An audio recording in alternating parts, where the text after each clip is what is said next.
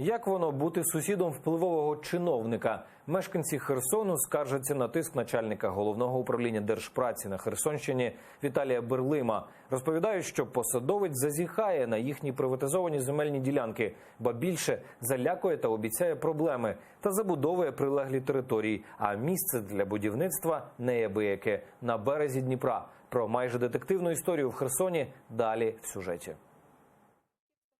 Кілька тижнів точиться конфлікт у провулку Торпедному, що у середмісті Херсона на мальовничому березі Дніпра. Сьогодні тутешня мешканка Оксана через погрози та тиск написала заяву до поліції на свого сусіда, начальника головного управління Держпраці на Херсонщині Віталія Берлима. Каже, посадовець вимагав від неї частину її приватизованої ділянки. Хвилюючись, переказує ту неприємну розмову. Мне нужно 50, то есть полметра глубиной к вам во двор и 20 метров в длину. То есть мне нужно обслуживать свой дом. Я знаю, что это приватизирована ваша земля, но мне все равно. Оксана показує нам документи на землю та розповідає, що чиновник обіцяв їй великі проблеми, якщо не схоче ділитися власністю. Человек не скрывает о том, что он начальник, о том, что у него все куплено, он договаривается, он решает все вопросы. С требованием этой земли, он сказал, устрою проблемы от таких, от которых вы не отмоетесь никогда. Будете стоять на коленях, умолять и просить, чтобы ваши проблемы в вашей жизни закончились. А от пані Тетяна таки продала нещодавно власну ділянку. Каже, чула від Берлима погрози та жила у постійному стресі. Он начал требовать, чтобы построить гараж на наш дом с той стороны фабричной. Я ему тоже отказала. Он начал меня матом всячески оскорблять.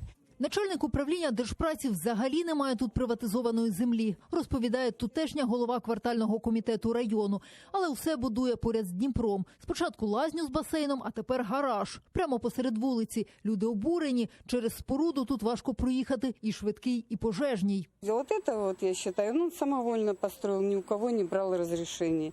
Да, он, безусловно, не приватизирован. Сосед вот этот, который умер, он ему не давал возможность приватизировать, и он сам его не приватизировал. Понимаете? Тут он что хочет, то и делает. Робити зауваження впливовому сусіду собі дорожче. Так і кажуть, чиновник непокірних карає. И меня наказывал тем, что присылал из Херсонгаза контролеров, которые искали какую-то причину, чтобы меня наказать. Но ничего не могли найти. Но мы потом раскусили, узнали, чья это работа. Конечно, безпредел. Цікавимось, чи хтось вдома у Віталія Берлима, аби запитати про права на ділянку та погрози. Будівельники, які завершують фасад гаража, кажуть, що вдома його дружина. Вона вроді дома, я бачила, вона приїжджала. На наше прохання з будинку виходить донька, але коментувати відмовляється. Батько телефонувати не хоче. Я не буду нічого знімати. Йдемо на роботу до Віталія Берлима, але камери він, вочевидь, побоюється, тож переховується. Его сейчас нету, он на больничном. А можете показать документ, который подтвердит, что он на больничном?